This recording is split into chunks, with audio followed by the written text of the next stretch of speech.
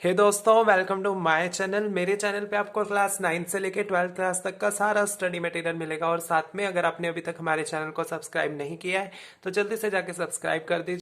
तो इस वीडियो में हम पढ़ेंगे फंडामेंटल अकाउंटिंग अजम्पशन। अजम्पशंस क्या होती है कि जब भी हम अकाउंट्स बनाते हैं तो हमें ये चीज़ों को मान के चलना है, इन चीज़ों को ध्यान में रख के फिर अकाउंट्स को प्रिपेयर करना है। तो इसमें सबसे पहले आपकी अजम्पशन आती है गोइंग कंसर्न। ठीक है, अब गोइंग कंसर्न में देखो एक्सप्लेनेशन में आपने क्या लिखना है। तो देखो अब मैंने बॉक्स में लिख दिया है। तो इसमें क्या होता है, एंटरप्राइजेज यानी कि कोई बिजनेस या कंपनी वो नॉर्मली ये देख के चलती है कि हमारा जो ऑपरेशन है, हमारा जो बिजनेस है, हमारी जो कंपनी है वो बहुत ही लॉन्ग टर्म के लिए फ्यूचर में चलती रहेगी, अनटिल और unless it has intention for necessity of liquidation. इसका मतलब है कि हमने यही सोच के अकाउंट्स बनाने कि हमारा बिजनेस चलता रहेगा बहुत ही लॉन्ग पीरियड ऑफ टाइम तक, अनटिल और अनलेस जब तक तुम्हें ये पक्का कंफर्म ना हो जाए ना कि हमें अगले साल बिजनेस को बंद करना पड़ेगा। लिक्विडेशन का मतलब होता है बंद करना। तो जब तक तुम्हें कंफर्मेशन ना आ जाए कि हमें कंपनी बंद करनी पड़ेगी तब तक तुमने यही सोचना है कि हमारी कंपनी बहुत ही सालों तक चलती रहेगी। तो इसलिए हम अकाउंट्स प्रिपेयर करते रहेंगे।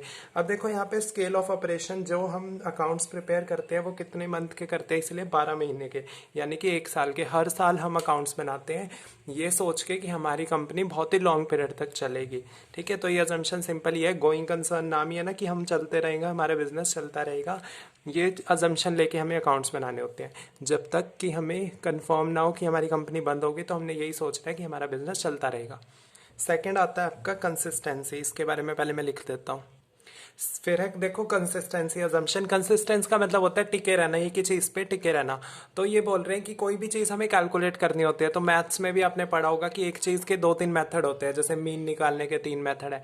ऐसे ही अकाउंट्स में होता है कि किसी किसी चीज को फाइंड करने के लिए ना 2 या 3 मेथड होते हैं। जैसे कि डेप्रिसिएशन निकालने के 2-3 मेथड होते हैं, 2 मेथड होते हैं। गुडविल के 3 मेथड होते हैं। ये चीज आप जब अकाउंट्स पढ़ोगे तो आपको पता चलेगी कि एक चीज को निकालने के 2-3 मेथड होते हैं। तो ये अजम्पशन ये कहती है कि हमें एक ही मेथड पे कंसिस्टेंसी रखनी है, एक ही मेथड पे टिके रहना है। कि हमने अगर 3 मेथड में से एक मेथड सेलेक्ट कर लिया तो हर साल उसी को यूज करना है अपने अकाउंट्स में।